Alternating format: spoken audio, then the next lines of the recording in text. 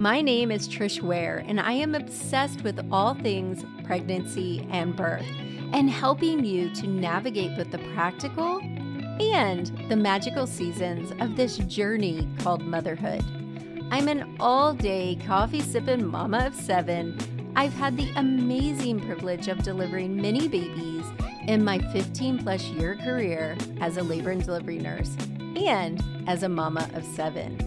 I'm here to help you take the guesswork out of childbirth so you can make the choices that are right for you and your baby. Quick note, this podcast is for educational purposes only and does not replace your medical advice. Check out our full disclaimer at the bottom of the show notes. Hello, everyone. I am so ready for this episode. Today's guest is one of my Calm Labor students, Kayla, and she is so near and dear my heart. I get to know my students inside of my membership, and Kayla has been coming and hanging out with me for quite a while. So welcome, Kayla. Thank you. I'm so glad you're here today. I am too. It's a long time coming. I know we were supposed to do this before and I had to push it back, but I'm ready. Yes, I am. I'm so glad. And I know this has been a little bit hard for you to be here today. So I just want to tell everyone that it's taken a lot of courage for Kayla to come today. And her birth story is not going to be a perfect birth story to listen to, but not everybody's going to have that picture perfect birth story. And so we want to honor all birth stories here because we represent all birth stories. And just because you take a labor nurse mama birth course does not mean you're going to have a perfect, see right there? Cut that out, Elias. Just because you take a labor nurse mama birth class does not mean we can guarantee that you're going to have a perfect birth story. But we will be there with you and come alongside you and help you process it and love on you. And that's what I hope we've done with you. So I want to share your story today. Yeah, thank you. I definitely have felt the love since everything. I guess I'll dive right in. Yeah, so let's go back. Yeah. Let's talk about you and Steve. Let's Sure. talk about your journey to getting pregnant and finding us and all the things. Yeah. So I actually didn't know if I could get pregnant. I have endometriosis. And in 2019, I had a laparoscopy to get that official diagnosis. And I had no reason at the time to believe that it had impacted my fertility, but I know that it can for many people. I met Steve in the summer of 2020 and we just clicked. It was perfect. We were definitely meant to find one another. We're actually from the same town. And we have no idea how it's possible that we had never run into each other before. I still don't really understand how that happened, but in the beginning of 2021, March of 2021, I had been seeing a specialist in Boston for my endometriosis, how to manage my symptoms. And I had aired my concerns over fertility. So he brought to my attention that there was a test that I could take, which nobody had told me before, to test my ovarian reserves, essentially. So I went and I got the blood work done, and I was terrified because what if I couldn't? So on the one side, it was great because I would know, but on the other side, it was terrifying because if it was, yeah, exactly. So I did a telehealth appointment to get the results, and Steve was with me, and we sat through the appointment, and my doctor told me that it looked really good for my age. In a year, if I wanted to retest again, I could, but everything looked great. Obviously, I cried tears of joy because I knew that we would be able to. Fast forward through 2021, around November, I decided to have my IUD removed so that we could start trying. I ended up having to take, I can't remember the medicine, but to kickstart my cycle because I wasn't ovulating. My cycle didn't return on its own. I got my first period in December and I started tracking my ovulation and whatnot. And in January, I knew my period was due, and I was mentally prepared that it was going to take a few tries, that the percentage of couples who try to get pregnant, the percentage out the gate that it's successful on the first try is really low. So I was prepared to have some disappointment and have to go through it a few times. We were home on a Sunday, it was raining, and I said, you know what? I have the pregnancy test in the bathroom. I'll just take it. I didn't tell Sid. I had even wanted to record my reaction, but on a whim, and I took the test and it was positive. And I shaking so bad. I came running out of the bathroom and I started crying and I'm like, it's positive. It's positive. And at first he didn't realize what I was saying. And then he saw the test in my hand and he looked at me and he's, oh my God, it's positive. So we were overjoyed. I was shocked that it happened so quickly for us. I was not expecting that. I loved being pregnant. My pregnancy was amazing. I have no complaints over my pregnancy. First trimester is not anything beautiful or wonderful, but I got through that and I did. I love being pregnant. I know that's not a very popular opinion. All my friends, they hated it. Yeah, I did. I really did. Yeah. Yeah. I felt beautiful.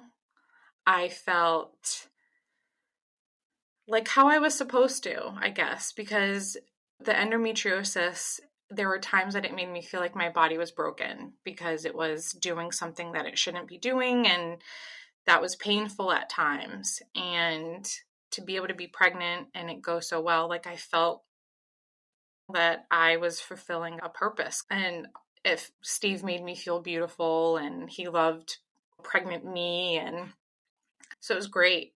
Around my third trimester is when things started to get a little bit, I don't want to say complicated. At the time, it wasn't complicated, but there were concerns that started to arise. I had some pretty severe swelling it started in around my 32, 33 week mark, but as the weeks went on, it got pretty bad.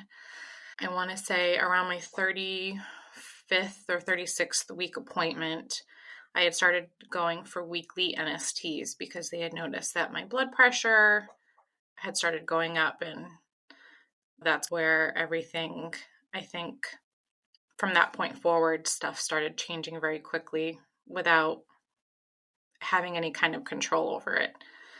My 39-week appointment, it was a Monday. I'll never forget the day of the week. It was a Monday. And I went in, I had an NST that Friday before, and I went in to see my doctor, and baby's heart rate was doing great, but the swelling was, I can't remember what he said. I think there's a number rating Yeah, I that they remember give to you were it. having tingling and numbness and Yeah. yeah, I Yeah. remember that. And my ankles were gone. My feet I could only fit in I had to go up 2 full shoe sizes in flip flops just to be able to leave the house. I had to keep my feet up all the time.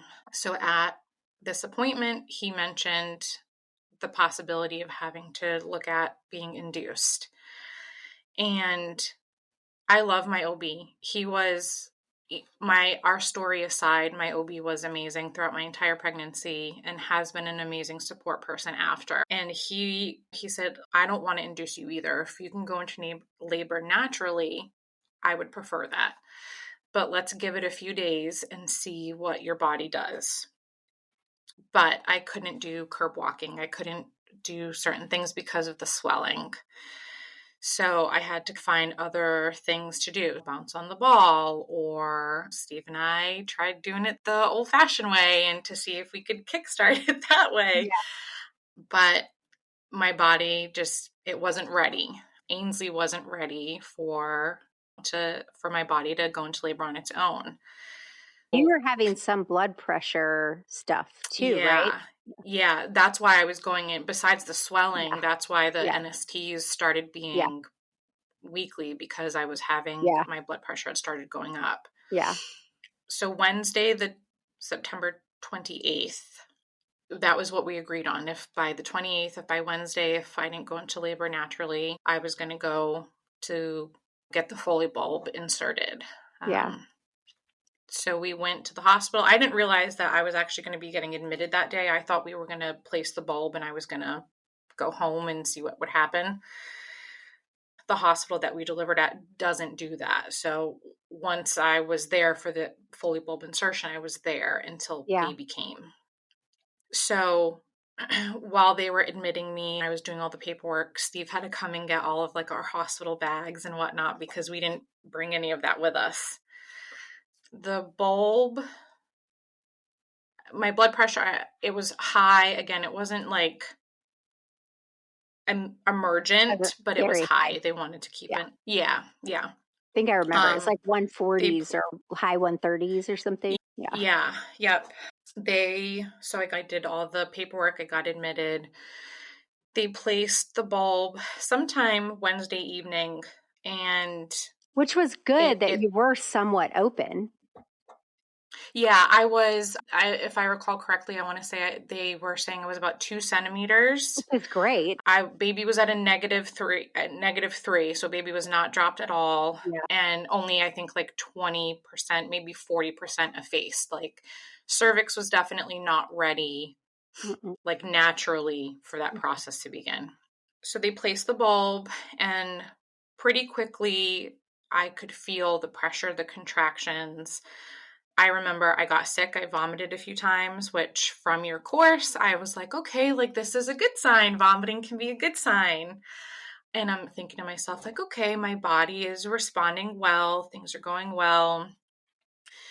They gave me some nausea medicine so I could sleep because the bulb was in for 12 hours. So it was in overnight. They came in around 6 a.m. the next morning to remove the bulb. And when they checked me, there was no change. Why did they remove the bulb? I'm wondering. They told me it was going to be placed for 12 hours. I don't know if that Yeah. is A standard or lot of times we let it stay in until it comes out because it comes out at 4 centimeters. yeah, no, they removed the bulb. Yeah. And there was no change. My cervix had not dilated any further. Baby had not come down anymore. And there was no more softening. And that was disheartening because, one, it was uncomfortable as heck to Yeah. have that bulb in, and then feeling like I was having good contractions and that they were coming consistently, but to have no change, I that was feel disheartening. disappointed. Yeah. Yeah. Because your body Um, wasn't ready. and obviously in the moment, but definitely as a hindsight thing, I think that was one of the more frustrating things because I think I didn't need the induction. But so they took the bulb out in the morning and then things were at a standstill. I was waiting for my OB to come in. The on-call did a cervical check, and that's how I knew that there was no change. But there was no decision on getting medicine started or when to get medicine started. So in between kind of waiting to find out what to do, I was walking around, I sat on the ball. Eventually the decision was made, okay, let's get you hooked up to Pitocin. We, which is so just interjecting Sure. is so maddening because you have a non-favorable cervix, which the whole point is get the cervix favorable before you get the uterus contracting. Yeah, it at one point the night of the Foley bulb insertion, my one of my nurses asked me, are you doing me?" And I said, "I have no idea." You're like, am I coming up with the plan or what? I have no idea. The doctor didn't mention anything about that, but I have no idea. So I have no idea if there was an order placed for miso for that night, which would have helped to Would soften. made sense. Yeah. So I have no idea. Mm. So the miso was never started that night when the Foley bulb was in.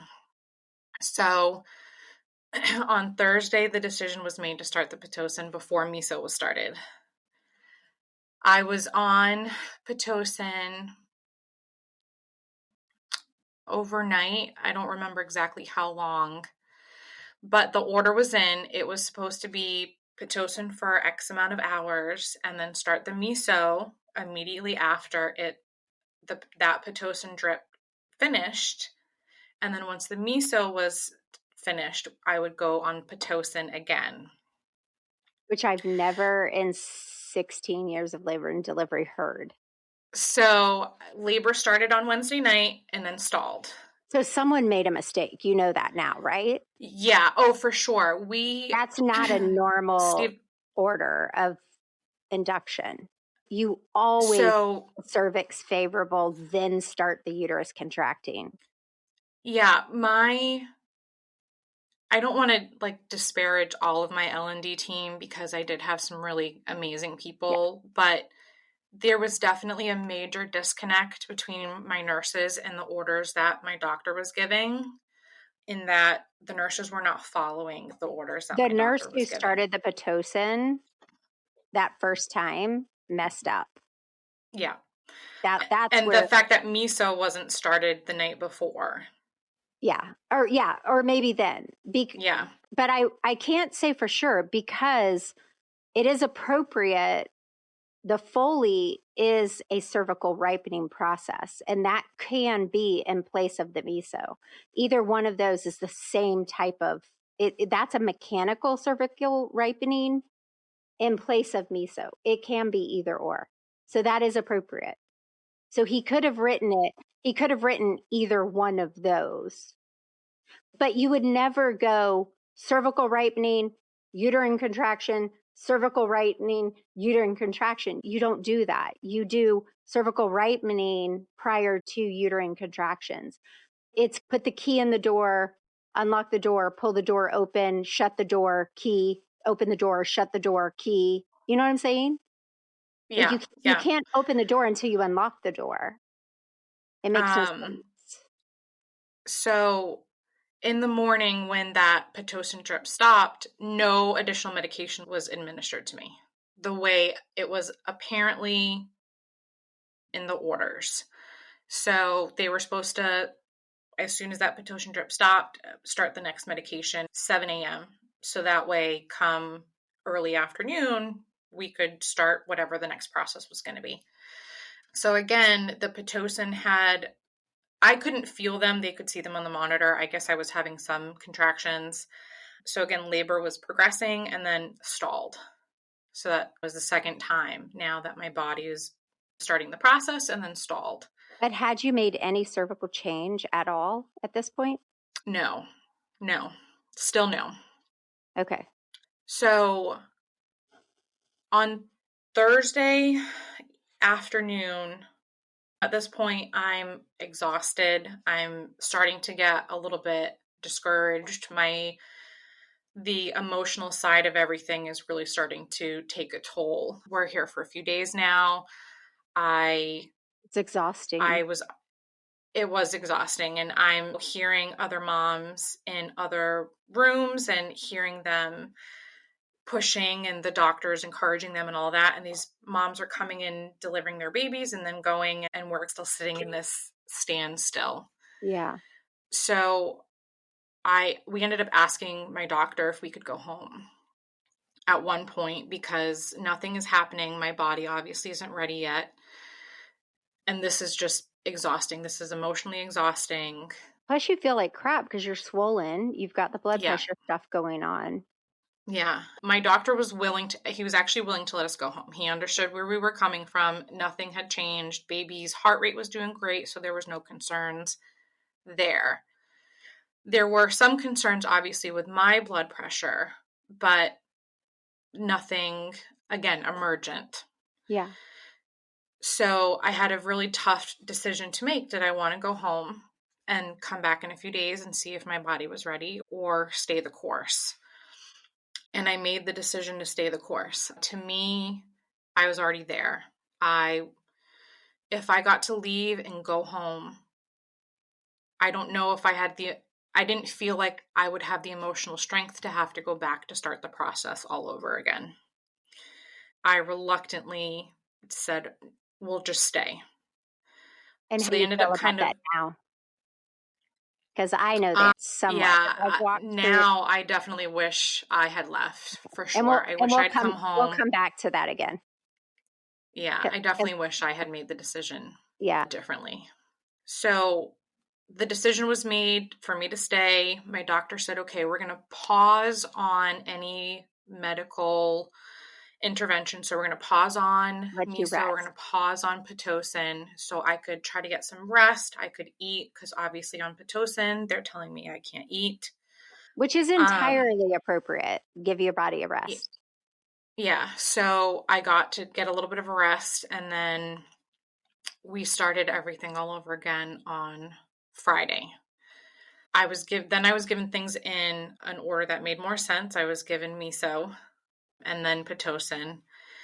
And overnight, Friday overnight is when things really started kickstarting.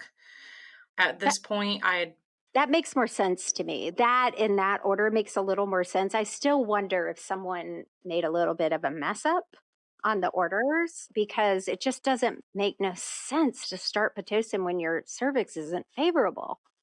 yeah, it was definitely, I know for sure it was the Pitocin that we started first because I remember, Yeah. because it Uh, was in my birth plan to have it as low as possible. yeah. No, And then there's no doubt that you're right. I'm just wondering what yeah. happened there.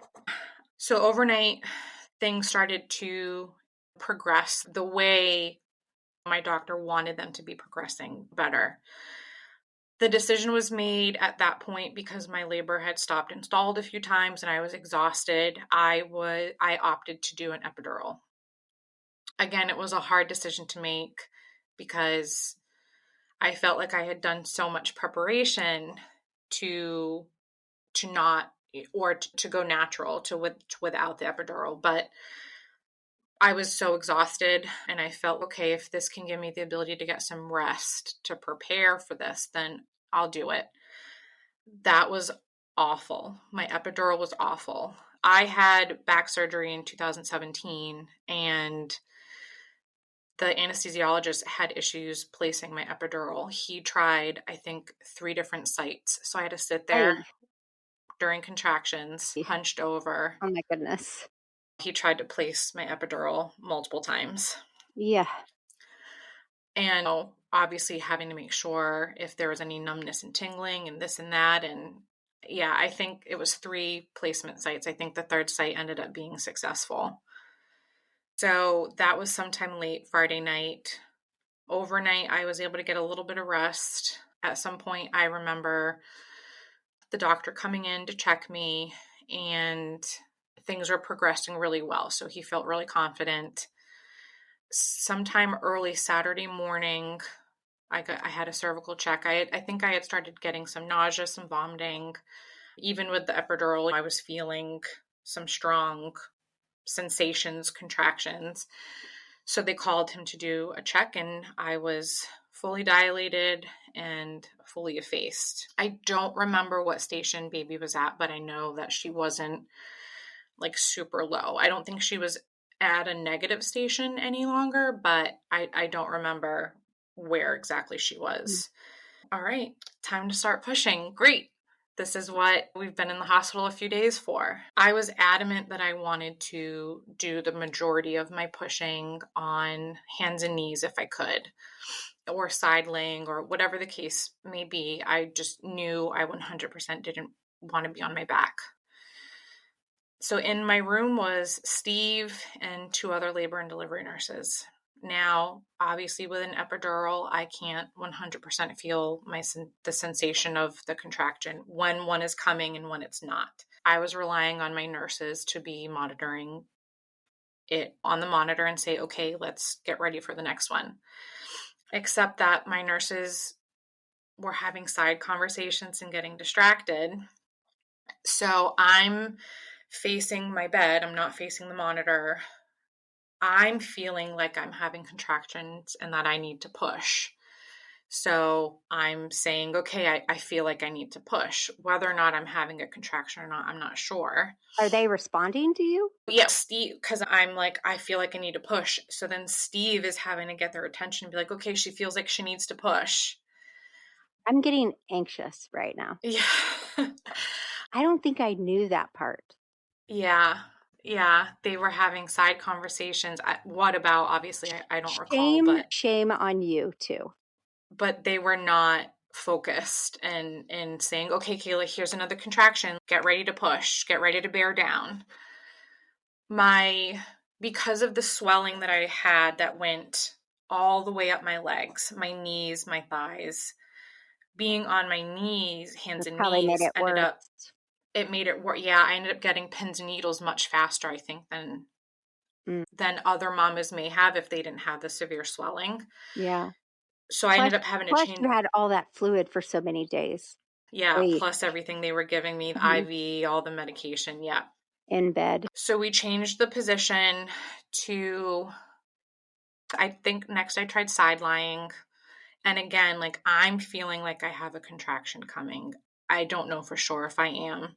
Steve's holding my leg. The other nurse on the other side should be holding my leg to help me. And he's again having to corral them and get them to refocus. I didn't love side lying at that time, so I wanted to sit up more. So we did the throne position. So they put the bar for me to hold on to, and I scooted to the end of the bed. And that position, I felt like I was able to push like the best because I had that ability to hold that bar. I have no idea how long I was pushing for. I don't know what time my labor officially started. But after a contraction and after pushing, I remember saying, I can't do this. And Steve's, you can do this. You can do this. I said, no, I can't do this. I don't feel right. Something doesn't feel right. I need to lay down. And that's the last thing I remember. I wasn't responsive to my nursing team. I closed my eyes and they called my doctor in and he was trying to talk to me. The pressure point, like at your cuticle, he was pushing down to try to get some type of a response. Steve says I responded to him. I guess he had been talking to me and I had vaguely responded, but I passed out during active labor.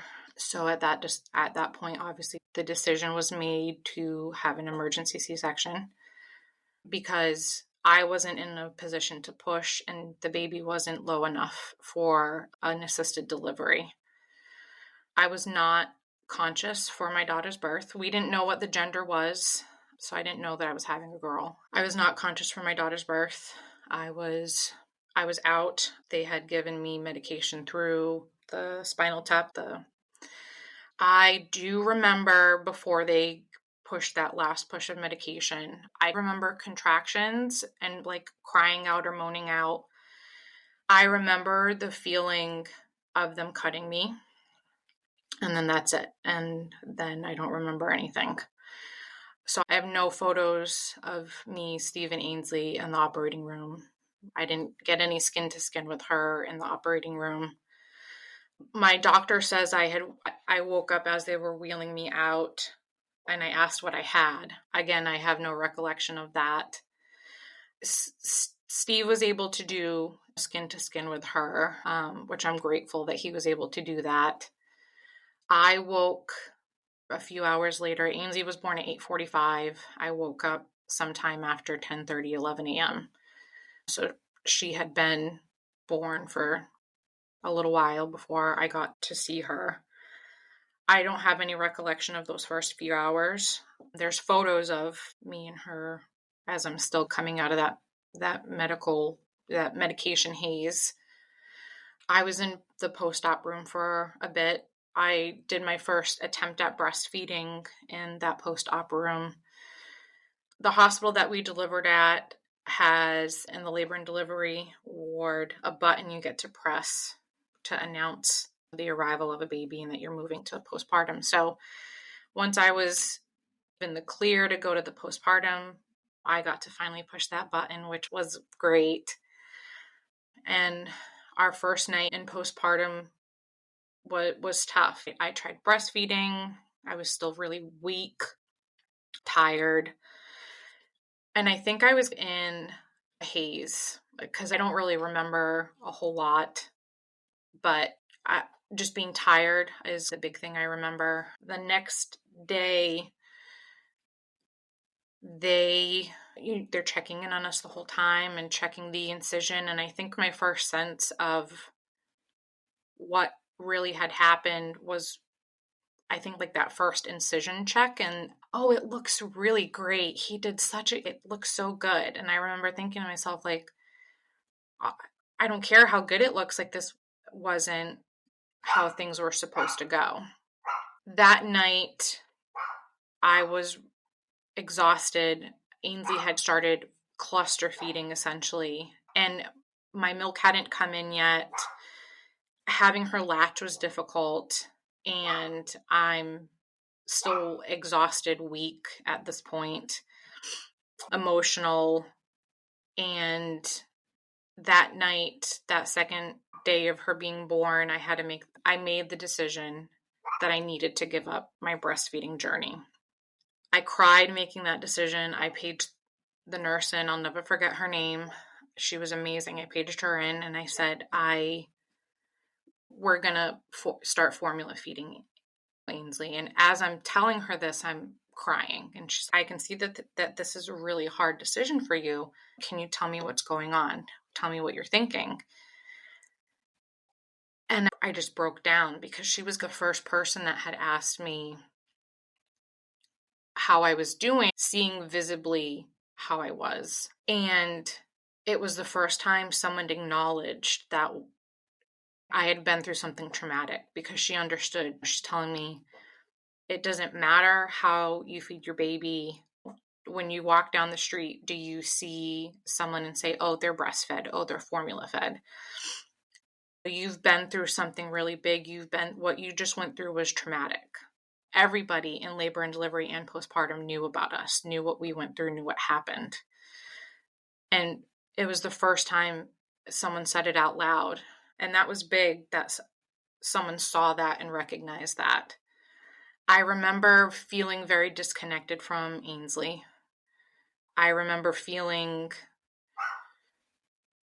not resentment, but just like I didn't, like, looking at her, and it almost, because I wasn't there for how she was born, it almost didn't feel like I knew my baby. Around day 3 of being in the postpartum ward, my energy levels had still really been really low. And they did some blood work and saw that my hemoglobin was really low, like 7s. And from what I understand, like a healthy person is 10. And when you're pregnant, they want you to be at like an 11 or 12. So they did blood work and they saw that my hemoglobin was really low. And the decision was made to do iron infusions. My blood pressure at the time was still, again, something they were monitoring. I still had a lot of the swelling. I didn't go down, after the surgery. And I think I had 2 iron infusions, and That's okay. they did more blood work and it just wasn't really impacting the way You that they said they wanted wanted it to do to. iron infusions. So then Okay. a discussion was had about a blood transfusion. So start that part again. And at first, I wasn't really excited about it. It was scary, the thought of needing to do that. I talked about it with Steve. I even called my mom to get her input, and she said, I think it's probably just your best bet. I think you just need to do it. So I agreed to do it. If this is what I'm going to need to get my energy levels back up and my hemoglobin to a healthy stage, a healthy level, then I will do that. The one stipulation I had was I didn't want to see it. I didn't want to see the blood bag hanging. I was already having some emotional ups and downs from everything. And the decision for the blood transfusion was hard. They had, I think at some point, had to give me some anxiety medication. So I just didn't want to see it. If I didn't see it, I felt like out of sight, out of mind. That was a little bit of a disaster. There was there were 4 nurses in my room, some students in my room trying to figure out how to set up this blood transfusion and how to hide it, and which in and of itself was a little anxiety inducing. Steve ended up calling my OB's office, and he got him on the phone. They were like, he's out, or he was like, no, I need to talk to him right now. So he got my doctor on the phone and explained to him what's going on. He's like, you have a patient who has been through something really intense, and she's on anxiety medication. And I'm not a person with anxiety, and even watching that was a lot for me. You need to get everybody out of her room right now. This is not helping. I don't want any more student nurses treating her. And my doctor completely understood, and he was all for it, and Having him come back. got everybody out of my room after the transfusion was set up. So sat there, had my transfusion. Then they do my blood pressure check. And I was like in 180s over. I'll never forget the look on the nurse's face. She's, I'm going to be right back. I was like, oh gosh, okay, that can't be good. That's not a great response. They gave me a medication. I don't remember what it was, but I think the goal was to see if it was going to have an immediate effect of taking my blood pressure down. It didn't. They checked it again. I was still really high. And my doctor comes in to tell me I have to go back to the labor and delivery side for postpartum preeclampsia, that they need to put me on a mag drip right away. And I was going to be on seizure protocol because when your blood pressure is that high, there's that concern. And I remember I just immediately started crying. And I even said to him, I'm like, it's just one thing after another. So I get wheeled over to L&D, and all the nurses are like, you're back? Yeah, I guess I am. They put me on the magnesium drip for, yeah. I knew that was coming. I know. I didn't think I was going to have to be back here. I got to push the button. They put me on the magnesium drip for 24 hours, and yep, exactly. And then I was still retaining a lot of fluid between what I had from during the pregnancy, plus what they've pushed into my system now at this point. We've been in the hospital for, I don't know, 5 days at this point. You're like, 6 I days. pushed the button, damn it. So then they gave me something else to help my kidneys work out all that fluid. And so now I'm up and down to pee every 5 minutes, as if getting in and out of a hospital bed with So much for your abdominal energy. incision isn't hard enough. But now I'm hooked up to all these things. I got the cuff on my arm that every 10 minutes is checking my blood pressure and the heart and the oxygen monitor. But the medicine did its job. I was going to the bathroom to help try to get some of that fluid out. I had even made a comment. I had even joked at one point. I'm like, if we could just do that again, because obviously they had to place one. Yeah, because they obviously had to place one with the epidural. I'm like, because at least I wouldn't have to worry about getting in and out of bed. Obviously, I'm having headaches at this point still because of my blood pressure. And I think we were back in labor and delivery for 3 days total. They had started me on blood pressure medication for a few days. And I'm surprised they didn't have a catheter in you. It was a holding period. We were just waiting to see if my blood pressure would come down with this medication. I'm really surprised they didn't. Obviously it did. And yeah, I was in the hospital total 9 days. Induction, surgery, postpartum, yeah. For the first 5 days of my daughter's life, she was in the hospital. And it was nice in a sense to have the help of the nurses that we did to be able to at night for them to, because it got to be to a point where she was the only baby. We were the only people there. She was the only baby.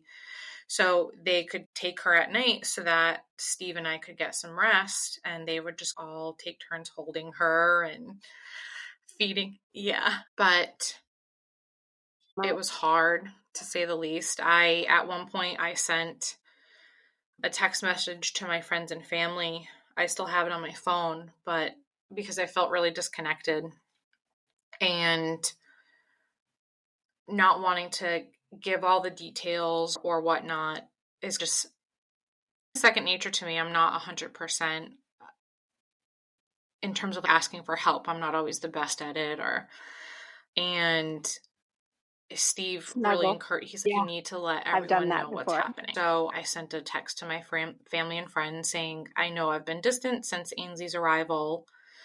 This is what's going on. I'm not okay. Things are not okay.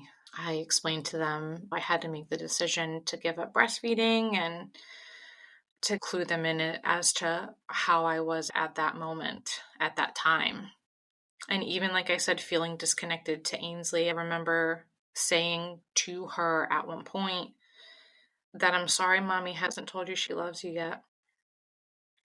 But I eventually got there, to say the least. I love her with every single fiber of my being, but what we went through has impacted so much. It impacted those first few days of me with her, how I felt with her, how disconnected I felt from her, having to not being able to breastfeed because I was physically incapable of it, being triggered, going to the doctors, stuff like that. Everything that we went through has had such a huge ripple effect across my life. I'm so glad you came today. And I want to talk a bit about just your journey since, because when I think about our postpartum healing group in the membership, and particularly you, and I can still remember the first hangout, and I remember you sitting at your kitchen bar. And I can remember, I am definitely an empath, number one. And I can remember feeling your pain that hangout. So I would love it if you would just share just your journey, like with the hangouts, and how that has been for you, because I know what it's been for me, like just to walk that journey. I feel like I share on here all the time on the podcast, on Instagram, like what our hangouts for the pregnancy and for the birth courses inside the membership are, and how incredible they are, and just how I know there's no other childbirth educators that do coaching calls with their students every week. There aren't. No one else does it. Doulas charge through the roof for virtual coaching calls. So I know I'm an enigma. And I say this all the time to you guys, that the postpartum hangout, I really just did it so I could continue to hang out with you guys. But what has happened has blown us all away. And it really started with that first hangout. And part of that was your story, was Cassie's story, was Liz's story, I remember Liz sharing how her feelings of those intrusive thoughts. So I would love for you to kind of share just what that has meant to you, because it's meant so much to me. Yeah, the sense of community, I would say, is like the biggest thing that comes to mind, and being able to connect with these other women because I have friends that have children, but they're much further postpartum than I am. So to have someone who's in the thick of it in the moment is totally different because I can text my seasoned mom friends to ask them a question about a given moment, but to tell them that my kid is driving me nuts today. I know that they get it, but in the moment with a baby with this little tiny ball of adorable cuteness, it might be a little bit different. But to be able to hear these other moms describe these ups and these downs and to be able to feel like you're seen, I think that's one of the biggest things, is to be able to feel like you're seen and to appreciate the courage that some of these moms have had to share these really tough, dark moments, because it's not sunshine and rainbows. And after my story and my experience and how my motherhood journey began, to be able to connect with these other moms who have also had these really tough, trying starts to their motherhood journey, it makes you feel like you're not alone. And I think that a lot of the moms on our postpartum calls have said that a lot, that I don't feel like I'm alone. So and so has said this and it resonated with me. And that has happened a lot when a mom shared about intrusive thoughts, or when a mom shared about being hesitant to start medication. That was me a few months ago because I wanted to try my journey of healing through therapy before I tried medication first.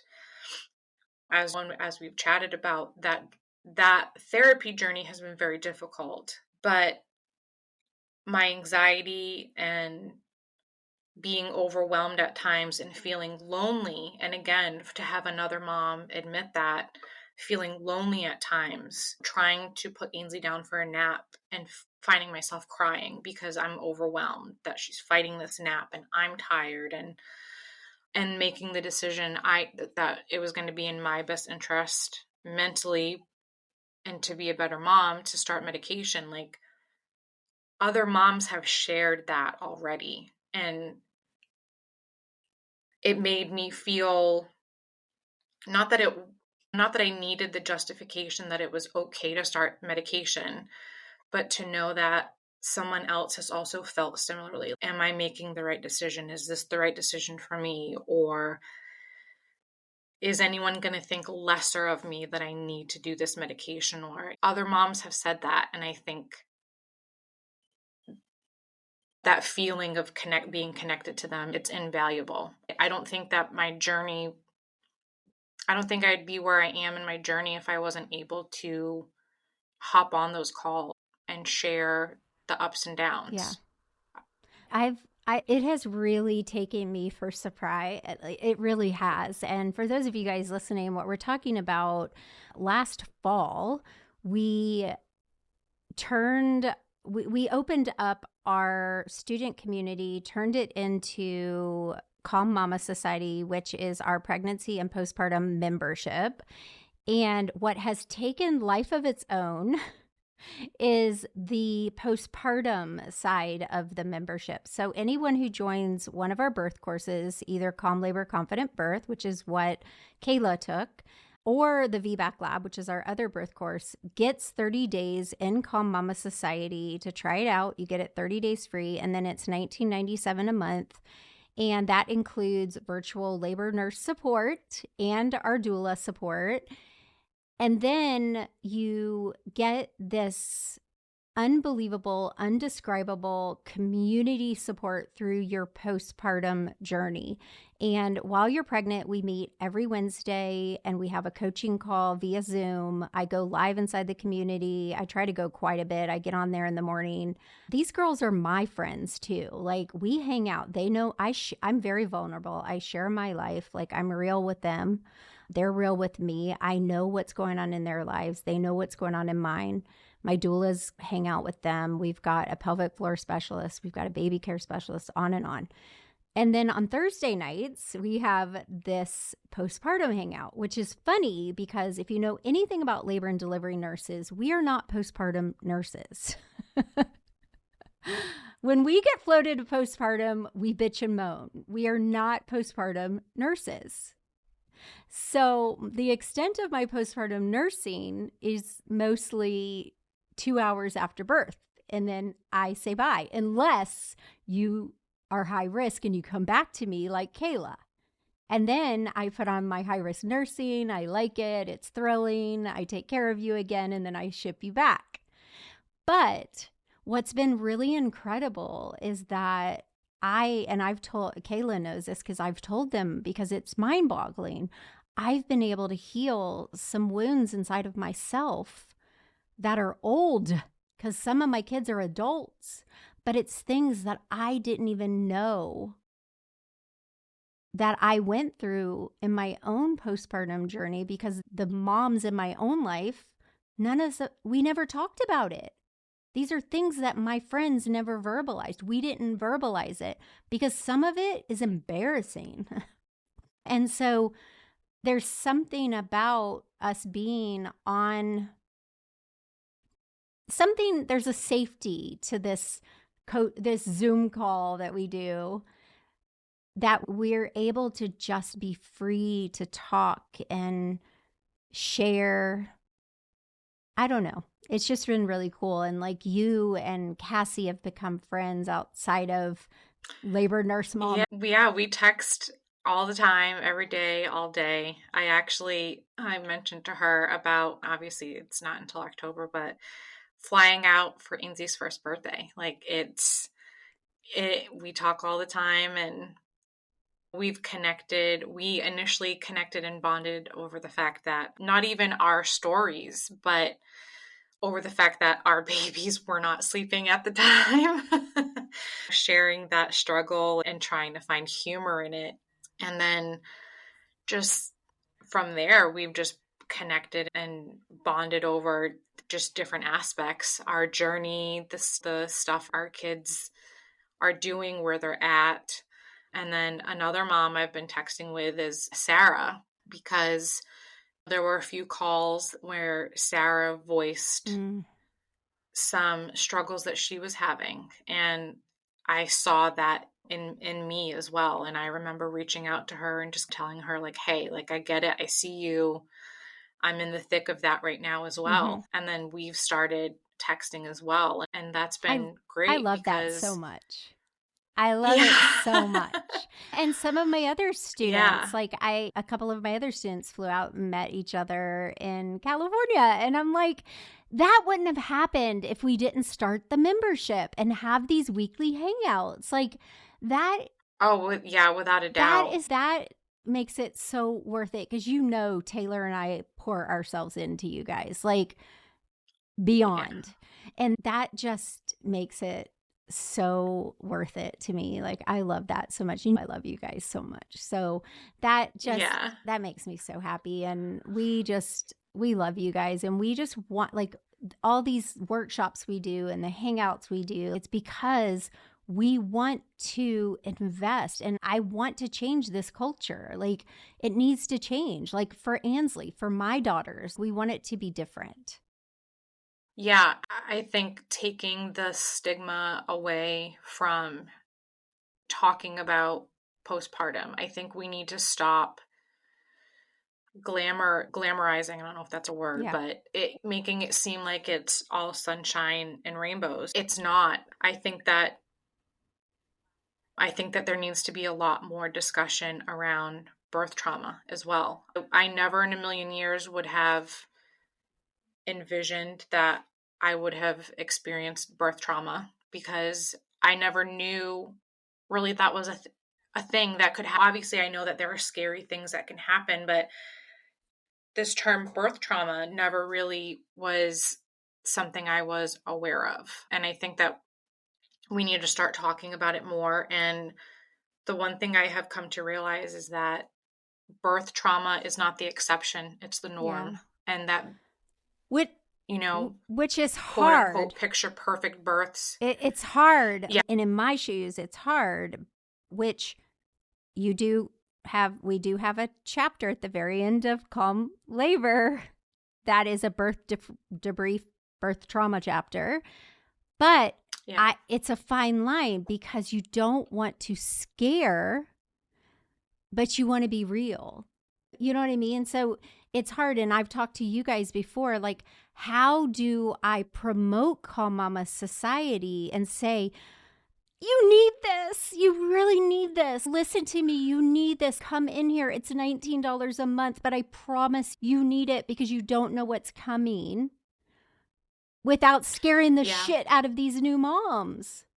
I don't know how to say, cushion yourself. Get ready. You need us. Come in here before you need us because you need us. It's so hard. I don't know. Yeah. So. I can definitely understand how you want to find a way to give that message, but and I think that, and not scare them. And I think that's why for me, like, talking about my birth story so openly, I think I've been very hyper aware of who I talk to it about. Because again, I think that lack of knowledge and that lack of awareness around birth trauma being a very prevalent thing, I need to know, who I'm speaking to and if they're going to understand it. I can connect with Cassie over my birth trauma because Cassie suffered her own. Mm-hmm. But versus trying to explain to my mother-in-law that my birth was traumatic, like, she's not going to really understand why or in what sense or what. But I think, to your point, any moms who are pregnant or even are postpartum, they need this community for sure because they don't know what they don't know. Yeah. I definitely look back thinking, okay, I don't think I set myself up for failure by not having other birth plans. I didn't plan for a C-section. I didn't have that birth plan written out. I didn't have that what if plan. But I can tell you now, do I think it would have played out even if I did, due to our circumstances? It may Yours not was have, a very due to the fact that it was unique situation. due to the fact that it was an emergency C-section and I wasn't really able to voice, I wasn't conscious. But I think to not say that if I had planned a little bit differently, or if I had given more mental space to what if this happened, I would have felt more prepared. I went in with my birth plan and I went in, okay, these are my tools. This is what I'm going to do for XYZ. But that went out the window pretty quickly. Yeah. And I think allowing yourself also for the space that you had a very unique situation. And there's not. Oh my gosh. Hello, doggy. That's a good. No, I'm sorry. We've gone pretty long. Oh, okay. I'll finish that and then we'll wrap up here in a second. Okay. I think we're good. I think just allowing yourself space that you had a very unique situation and there's not much that you could have done to handle that. You were unconscious. It's this, in any situation, being unconscious, like your plans, like who can plan for that? Like, I think just knowing you really can't plan for that, and just giving yourself some grace, I think, would be like maybe going back a little bit. But even hearing your story, like I even wonder, gosh, is there a chance that maybe they weren't monitoring your blood pressure well and maybe you were seizing? What was going on with your blood pressure? I'm thinking these girls were chatting it up and not paying attention to your contractions. Were they paying attention to your vital signs? Like, were you preeclamptic? What's going on? High risk nurse in me is like I'm perking up a little on this story because everything about your signs are very high risk. So I think giving yourself a little bit of grace, this is a pretty unique situation. But the VBAC lab side of me is, anyway, I am so glad you came on today. I love you so much. Yeah, no, I know. I love you too. I'm so happy that I got to do this. I wasn't sure if I was gonna be able to do it, but I'm glad that I Yes, did. and I've got like a tear. I'm like the whole time I'm like, are my eyelashes gonna come off? Thank you so much for coming today, Kayla. Thank you. All right. I'm gonna stop it. I'm so glad you came. Oh, Mama, I hope you enjoyed today's episode where I chatted with Kayla, one of my Calm Labor students, all about her birth journey. Birth trauma is real. We can't sugarcoat that. But having a community, having people to chat with, having therapy, and sometimes having medication is the answer. Make sure you talk, get help. We're here for you. We love you guys. As always, hit subscribe. As always, hit subscribe, leave a review. We'll see you next Friday. Bye for now.